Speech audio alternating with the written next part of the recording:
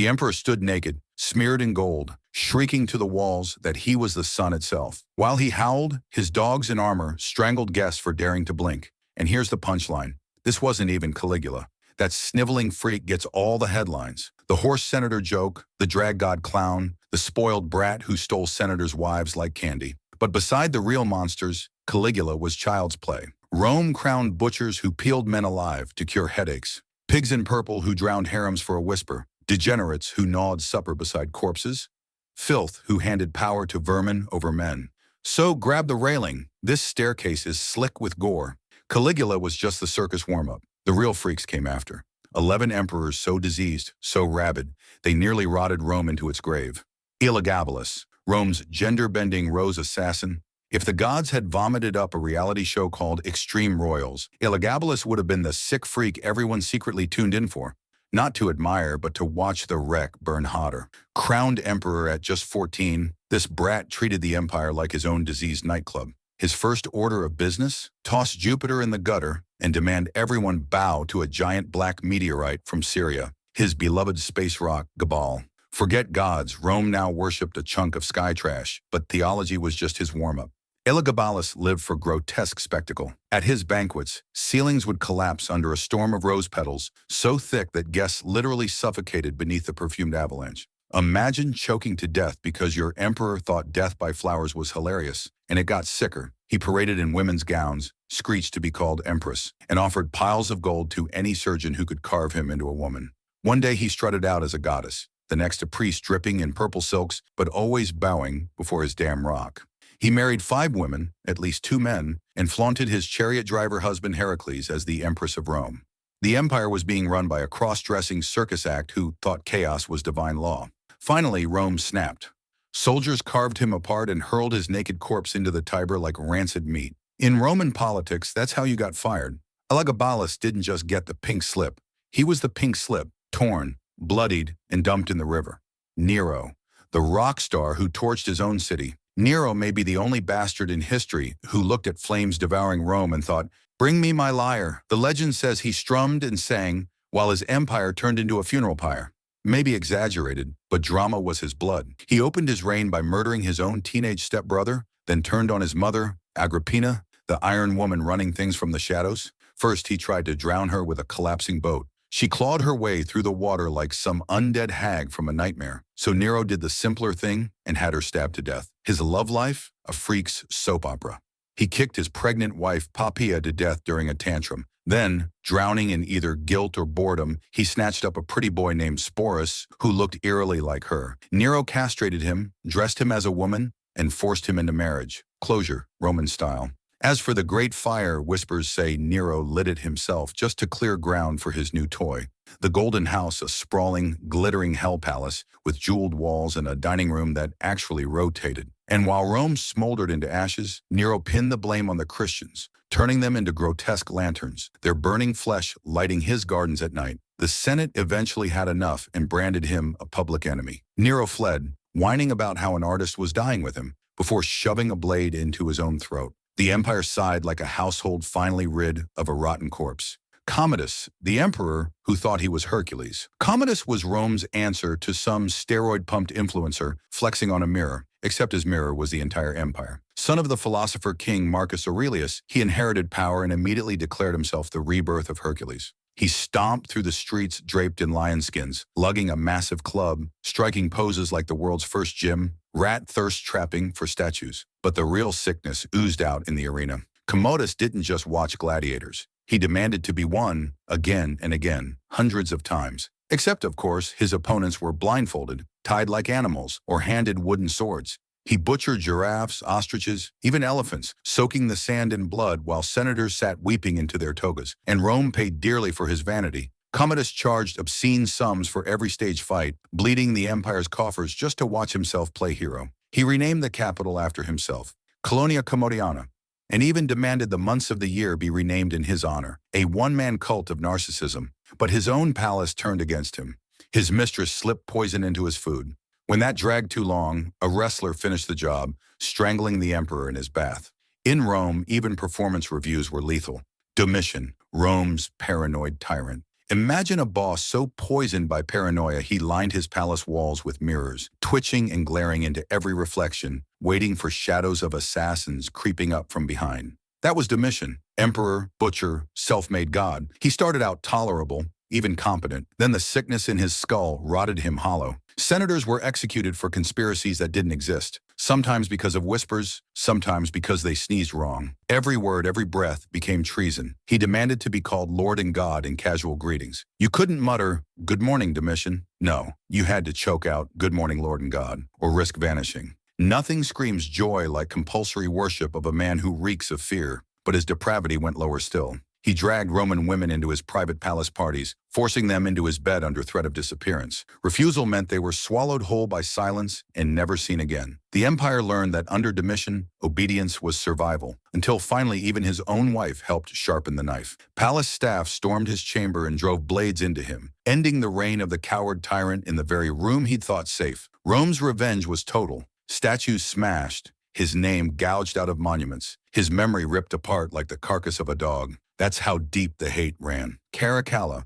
Rome's brother-killing psycho. Caracalla's life unfolded like a blood-drunk parody of Shakespeare. No poetry, just entrails. At 23, he butchered his own brother Gady, while the boy cowered in their mother's arms. Blood splattered her gown as soldiers hacked the brother into meat, while she wailed beneath the spray. Caracalla didn't stop at fratricide. He ordered every coin, every statue, every painting carrying Guetta's face to be wiped out, as if erasing him from memory would bleach the blood from his hands. And then, in a spasm of pure psychopathy, he had 20,000 people executed. Their crime was simply mourning the dead brother he'd slaughtered. But Caracalla thought himself destined for greatness. He strutted east, pretending he was Alexander reborn, drenching entire cities in gore for the pettiest of slights. In Alexandria, he invited the city's finest citizens to a grand festival, lured them together like cattle, and then had them massacred where they stood. He wanted the world to tremble at the whisper of his name. Instead, he met a piss-stained inn, stabbed down while relieving himself on the side of a road.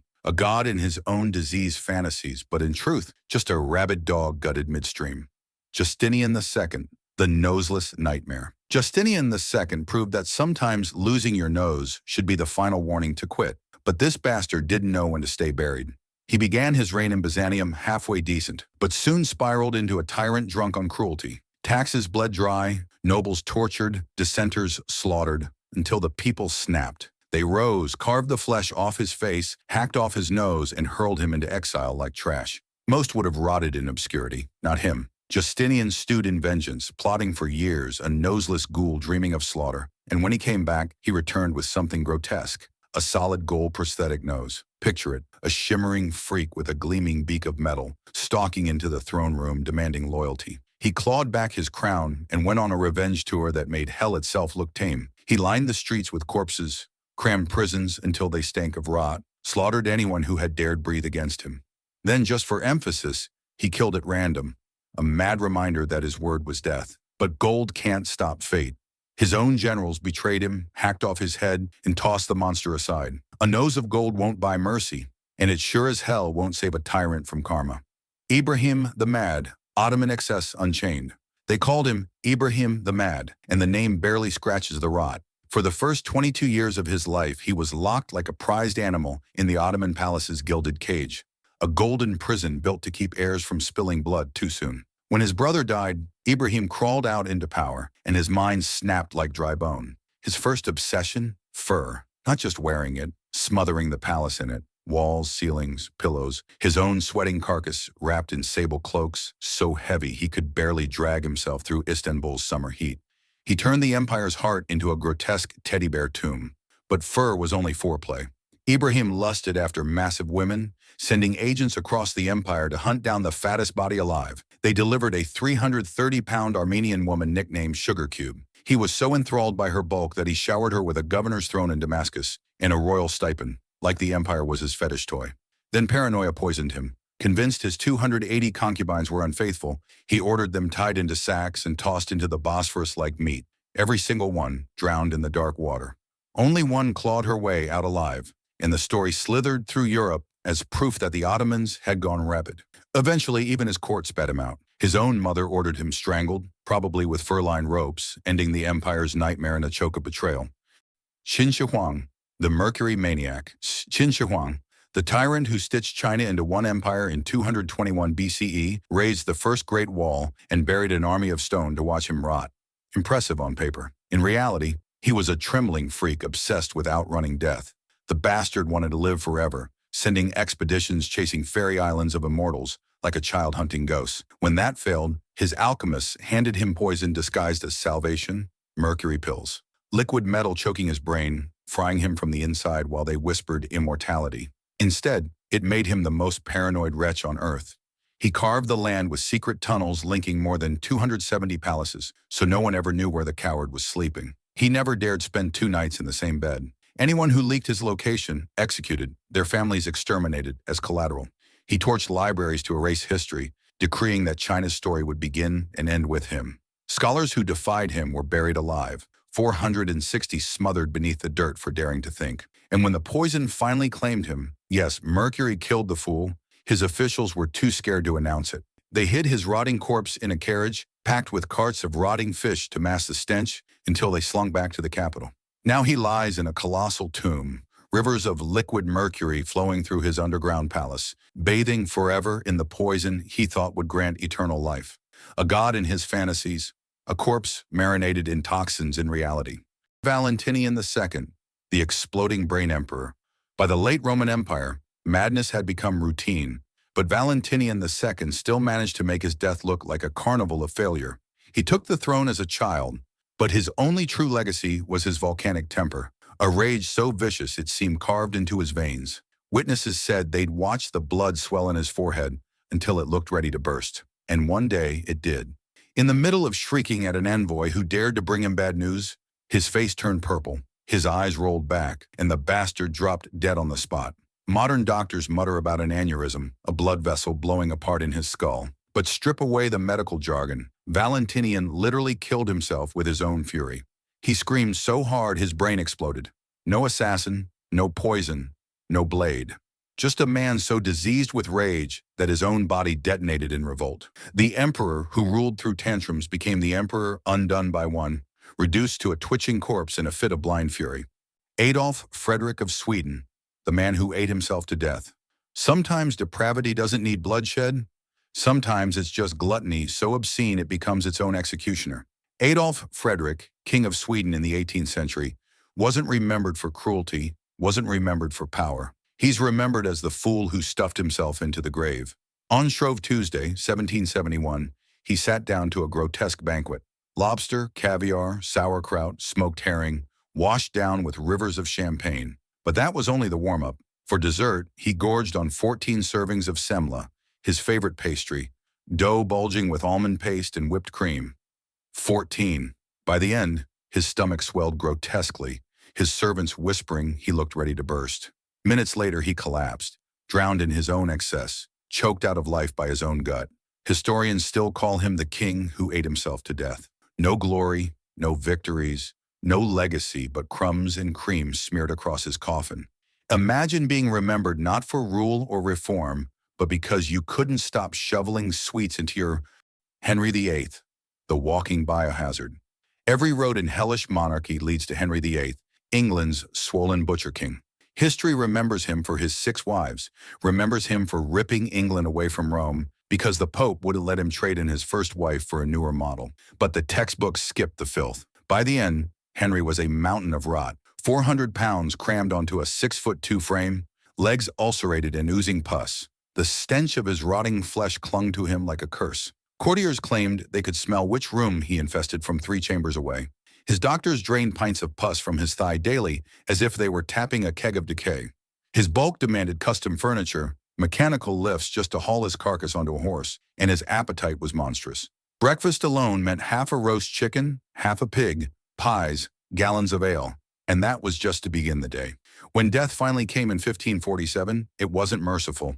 His bloated corpse swelled with gases until the lead coffin burst open in the night, his fluids leaking onto the church floor. In the morning, dogs licked up what was left of the king who once shattered the church, executed wives, and ruled with a diseased fist. The great Henry VIII, reduced to dog food. Cosmic justice, foul and perfect. So there you have it.